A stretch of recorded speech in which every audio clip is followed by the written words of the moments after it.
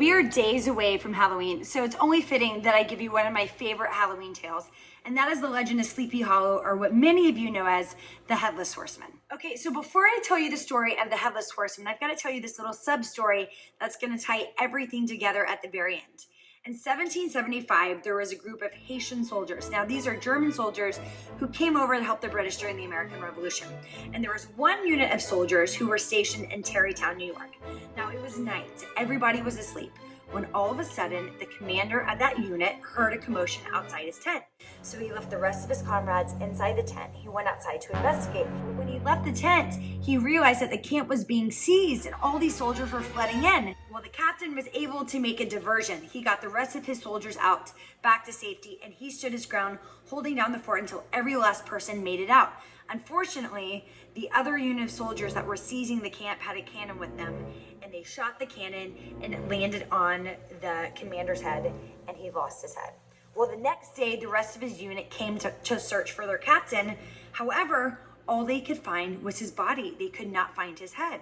And they searched and they searched and they searched, and they could not find his body. So they decided to dig a grave anyways and put the head in there and give it a memorial. Well, in the days leading up after that, they felt this weird presence. And they kept looking around, and every time they turned and they looked around, they felt like they would see this body, but the body was missing a head. And they shook it off like this is nonsense. But it kept on happening and happening and happening, and years would go by, and people would randomly see what they thought was a body without a head. And so it is said to this day that Sleepy Hollow is known as a spooky, haunted town. So over the next 15 years, Tarrytown has been known as a ghost town. So in 1790, set in Tarrytown, New York, and a glen, which is kind of like a subdivision like we have here in Texas, is a town called Sleepy Hollow. Well, some people are saying that this town is bewitched or haunted from those Hessian soldiers who are wandering, searching for their bodies or their lost comrades. Others say there's a Native American chief by the name of Wizard of the Tribe that has cursed the land. No matter what, people say that strange sights happen, weird music plays, and they hear voices in the air whenever they go to Tarrytown, New York. Now, I want you to remember that because this is where my story is going to take place. In 1790, in Connecticut, there's a school teacher by the name of Ichabod Crane. Now, Ichabod decides he is done with Connecticut and he needs to change the scenery. So he's going to move to Tarrytown, New York, and he's going to become the local schoolmaster there.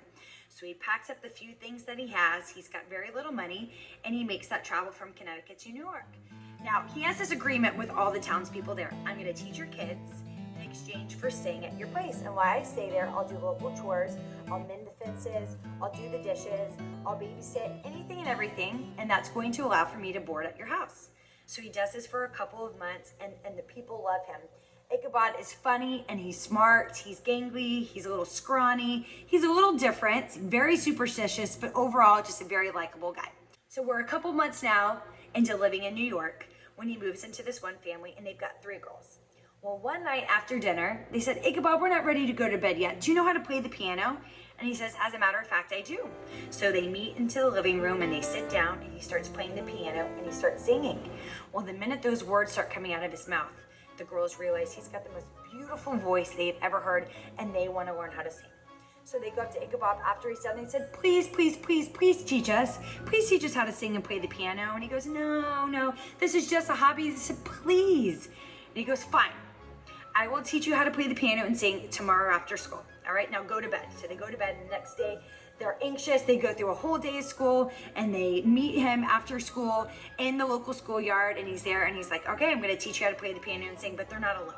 They've told their friends. And so there's a group of 5 other girls, and Ichabod says, fine, all of you, come on in, but you got to listen to my instructions. So they sit there, and he teaches them the basic notes, and he teaches them the basic chords, and they're learning, and they have the best time. So they insist, please, Ichabod, can we do this tomorrow?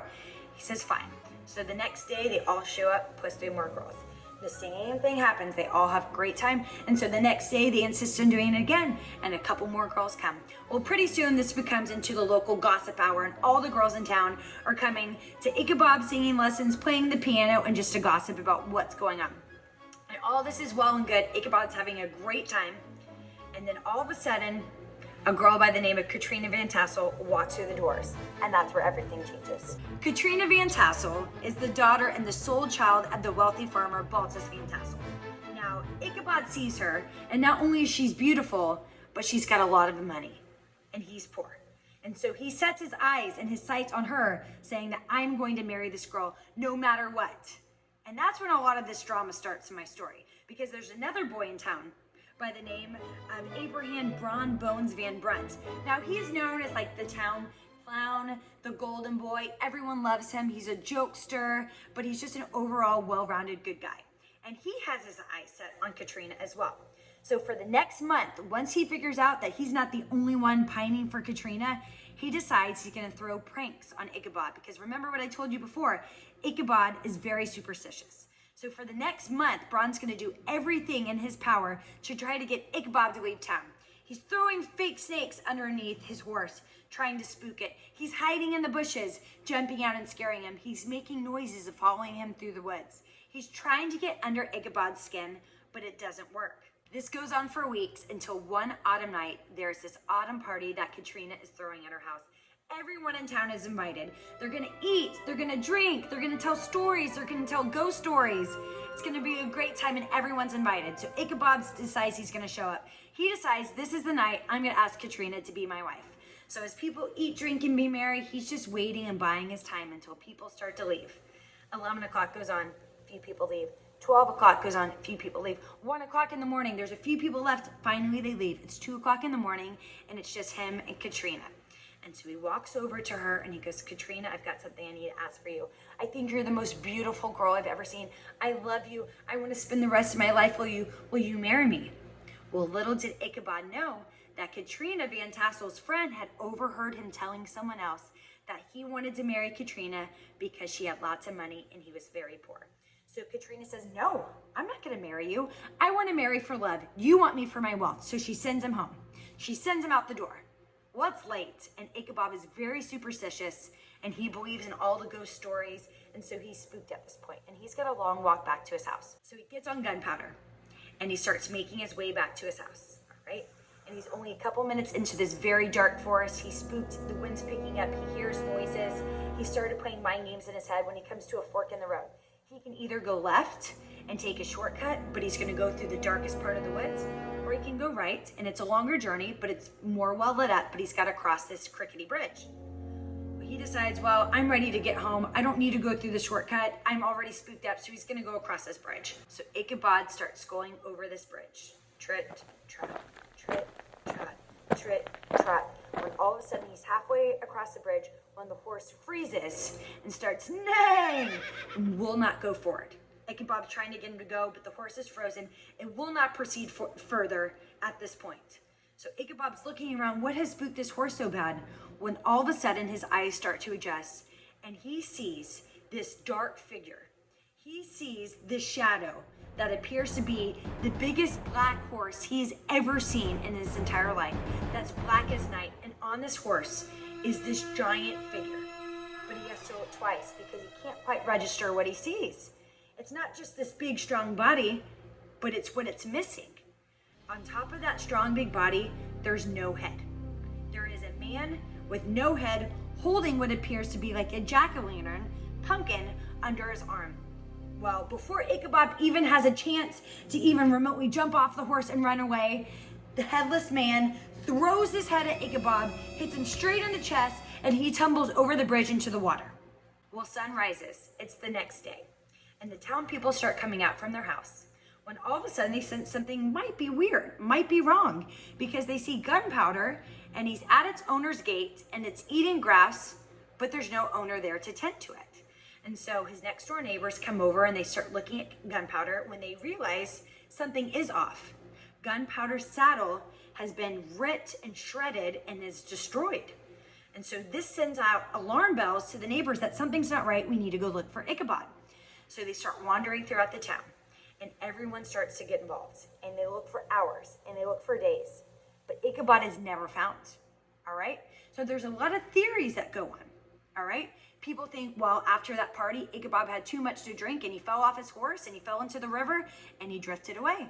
Some people say Ichabod was a very suspicious person, very superstitious, that he got spooked, got on his horse and just rode away to another town and decided never to come back again. Some people knew that Braun wanted Katrina.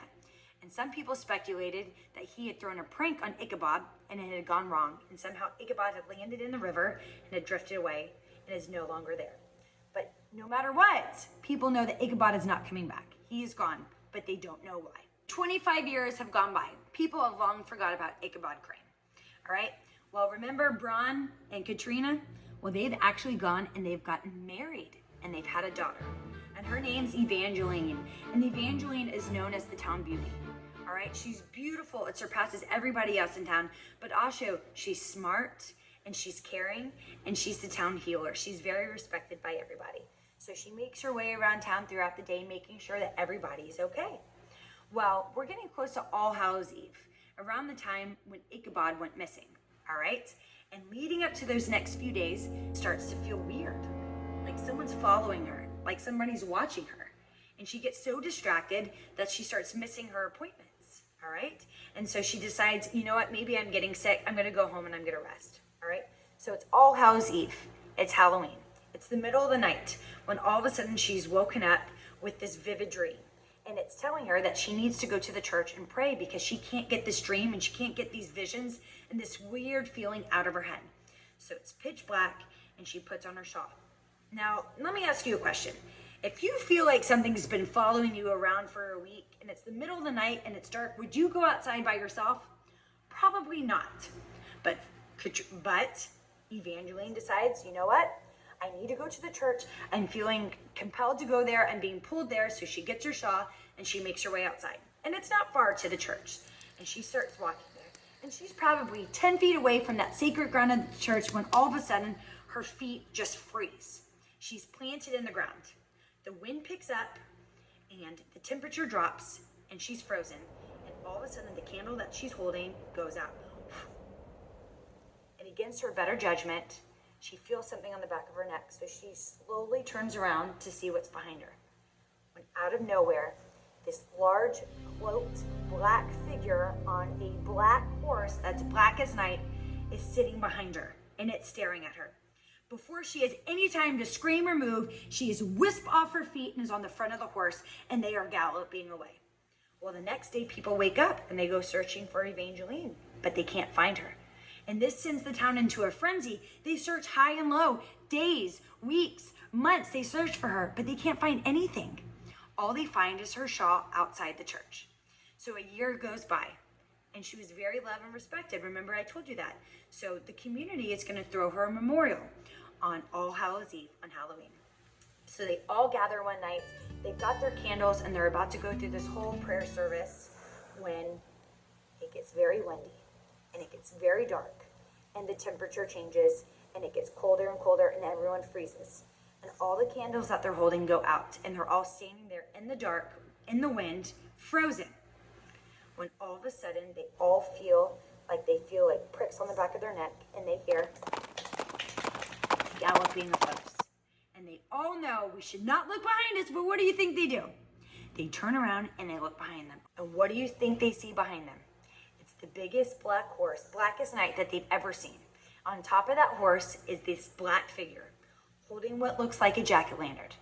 And in front of that figure, guess what? It's not by itself anymore. There is a female in all black with no head holding a similar jack-o'-lantern under her arm. And the town people see this and they are in horror and they are in shock and they flee. Everyone runs and then they lock the door and they barricade everything. And they don't come out for the rest of the night. Well, the next day it's gone. All right? Well, the next year this happens again. And the next year this happens again. Each year on All Hallows Eve on Halloween, it is said that in Tarrytown in New York, that this headless figure on All Hallows Eve stomps its way to the churchyard and disappears by night, disappears by the next morning. Who is this Headless Horseman? Is it the Hessian Soldier, the German soldier who lost his head in battle, that now still wanders around looking for his head? Could it be that that Hessian soldier was tired of being the Headless Horseman and he saw Ichabod by himself on a bridge and took his chance to end his misery and threw his head at Ichabod, and once it struck Ichabod, he became the Headless Horseman? Could it be that Ichabod was so mad at Bron for marrying Katrine that he stole Bron and Katrina's daughter, and now he's married to her, and now they're both the Headless Horseman?